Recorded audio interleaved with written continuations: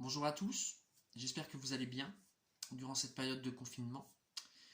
Moi j'avais envie de vous lire un extrait du coup de mon dernier livre, donc Le peuple du spleen.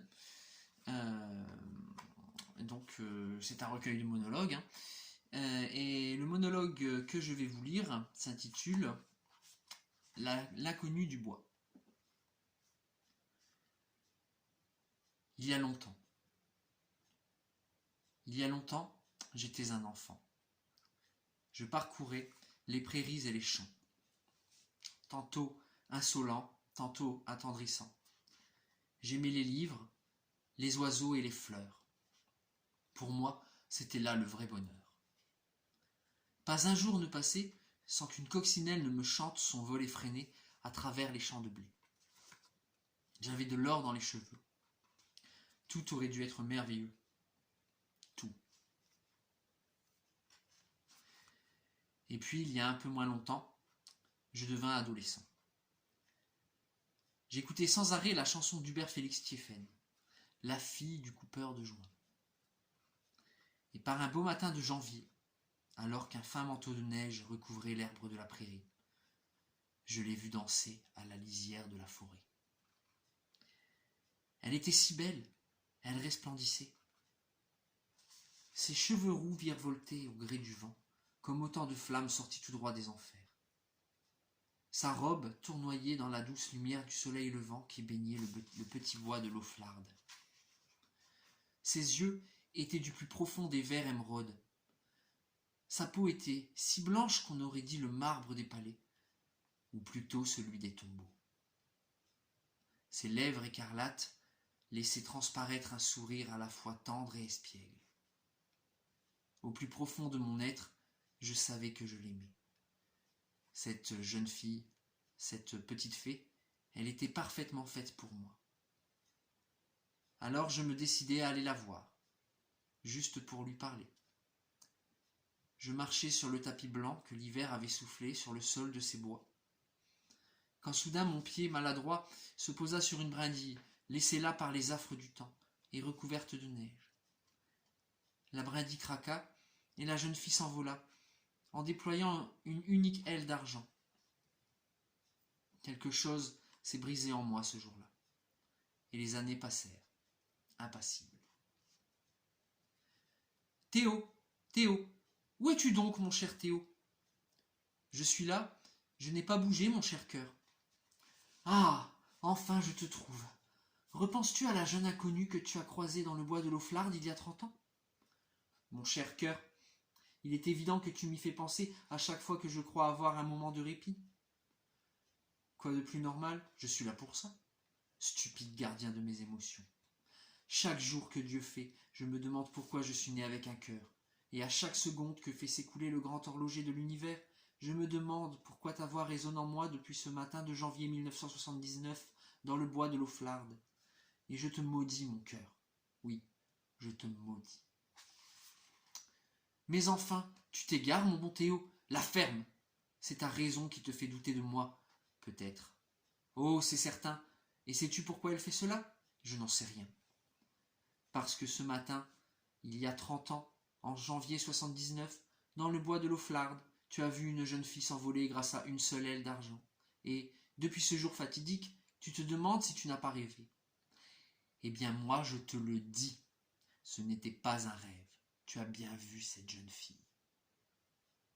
Était-ce un ange? Les anges ont deux ailes, mon cher Théo. Alors qu'était-elle? Un monstre. Je t'interdis de dire ça. T'as raison, mon cher Théo. C'est ta raison qui me l'interdit. Tais-toi. Moi, je sais que tu l'aimes. Tu aimes ce monstre affreux qui t'a brisé le cœur. En l'occurrence, moi. Lorsque tu es tombé amoureux de cette chose que tu ne comprends toujours pas, j'ai eu une conscience propre. Alors c'est pour ça. Oui, c'est pour ça que depuis 30 ans, depuis ce jour de janvier 1979, tu n'as jamais quitté le bois de l'Auflarde. Et c'est pour ça aussi que tu te tiens toujours immobile à l'endroit où tu as vu cette jeune fille à la chevelure rousse, au teint pâle et aux lèvres rouges sang s'envoler. Car, comme tu l'as dit toi-même, quelque chose s'est brisé en toi. Et c'est pour ça que tu attends toujours ici. Tu espères la revoir, la fille qui s'est envolée. Je n'ai pas bougé de ce bois depuis 30 ans. 30 ans que j'attends. Je l'attends. J'attends qu'elle revienne. Tu ne te dis jamais qu'elle ne reviendra peut-être pas? Si, parfois. Quand la rosée du matin coule sur mon visage, quand le froid transperce ma peau, quand la dernière feuille du dernier arbre de la forêt se détache de sa branche et vient lentement et délicatement se poser sur le tapis roux et jaune du bois de l'Auflard, quand la neige recouvre mon corps paralytique, quand je regarde le cadran fissuré de ma montre qui s'est arrêté à 9h37 ce matin de janvier 1979. Ce monstre obsède tes pensées, mon cher Théo. Arrête de dire qu'elle est un monstre, mon cœur. Elle est la plus belle chose qu'il m'ait été donné de voir dans cette vie. Elle est la beauté personnifiée. Qui est-elle? Quel est son nom? D'où vient-elle? Ces questions me transpercent l'esprit depuis 30 ans. Tu es amoureux, mon bon Théo? Je suis un homme faible. Tellement faible que je me tiens immobile au même endroit depuis 30 ans. Mes pieds se sont enracinés dans le sol. Le lierre grimpe le long de mes jambes, parcourt mon torse et mes bras, et finit par hérisser mes cheveux. Des fleurs ont commencé à éclore un peu partout sur mon corps. Je suis si faible que mon propre cœur a acquis une conscience propre, indépendamment de ma volonté. Entends-tu, mon cher Théo? J'ai accédé à un nouveau niveau de compréhension. Chut, chut, écoute. Je ressens le monde d'une toute autre manière. Est-ce que tu entends ça? Je ne suis plus humain. Mais écoute donc! Je bourgeonne, mon cœur, je bourgeonne. Regarde, Théo, regarde. Mes yeux se ferment peu à peu. Est-ce que tu vois ça? Mais peu importe, je n'en ai plus besoin désormais. Mon Dieu, Théo, ouvre les yeux, regarde. Je ressens la terre, je me nourris des nutriments qu'elle m'apporte. Elle est ma mère nourricière. Je sens les choses à travers mes feuilles. Mes yeux me sont inutiles. C'est elle, Théo, c'est elle. Que dis-tu, mon cœur? Je te dis que c'est elle, c'est la fille d'il y a 30 ans. Est-ce possible? Puisque je te dis que je la vois comme je te vois, est-elle vraiment revenue? Oui, mais regarde, ouvre les yeux, bon sang. Je ne le peux pas, je ne le peux plus. La sève est en train de sceller mes paupières. Tu dois lutter, Théo. C'est inutile. Mais parle-moi, mon cœur. Dis-moi ce que fait la jeune fille d'il y a 30 ans. A-t-elle changé? Décris-la-moi. Elle n'a absolument pas changé. Elle est toujours la même.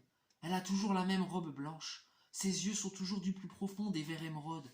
Ses cheveux sont toujours autant de flammes virevoltant au vent. Sa peau a toujours la pâleur du marbre des tombeaux. Ses lèvres sont toujours du plus écarlate des rouges. Où est-elle? Elle vient de se poser sur le tapis roux et jaune qui recouvre le sol du bois de l'Auflard. Que fait-elle à présent? Elle replie son immense aile d'argent. On dirait qu'elle cherche quelque chose. Est-ce que je peux espérer qu'elle me cherche moi? Théo, Théo, elle vient par ici. 30 ans que j'attends ce moment, que j'attends qu'elle revienne. Elle nous a vus, Théo. Elle s'avance vers nous. J'aimerais tellement pouvoir l'embrasser. Théo, est-ce que tu entends? Elle nous parle. Extase suprême, j'aimerais tellement pouvoir l'entendre, mais mes oreilles sont déjà recouvertes par le lierre. Alors, il n'y a que toi qui puisses l'entendre, mon cœur, avec ton langage, le langage du cœur. Alors, que dit-elle? Elle dit qu'il y a 30 ans, ce matin de janvier 1979, elle est tombée amoureuse de toi, dès qu'elle t'a vu. Mais, prise par la peur que tu ne la juges tel un monstre et intimidée par ta présence, elle a préféré s'envoler, disparaître et ne pas te condamner à son amour monstrueux. Si seulement j'avais pu le savoir.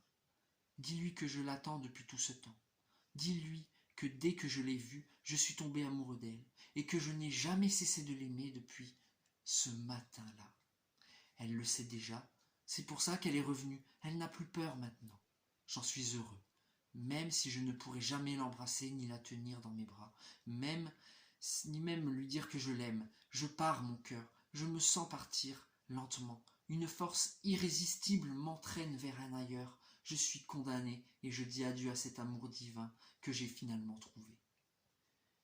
Elle dit qu'elle viendra avec toi. C'est pour ça qu'elle est ici. Elle est venue t'emmener dans son royaume. Vraiment? Alors, je suis le plus heureux des hommes. Théo, Théo, m'entends-tu, Théo? Me voilà seul, seul. Voilà, donc c'était L'inconnu du bois, donc extrait de Le peuple du spleen. Vous pouvez retrouver donc le lien sur le site de l'éditeur si vous avez plus envie de le lire dans la description de la vidéo. Et puis pour ma part, écoutez, je vous souhaite bon courage donc, durant ce confinement. Et puis on se dit à très vite pour un nouvel extrait donc, de ce livre qui ne sera pas mon dernier, de toute façon. Voilà, à bientôt.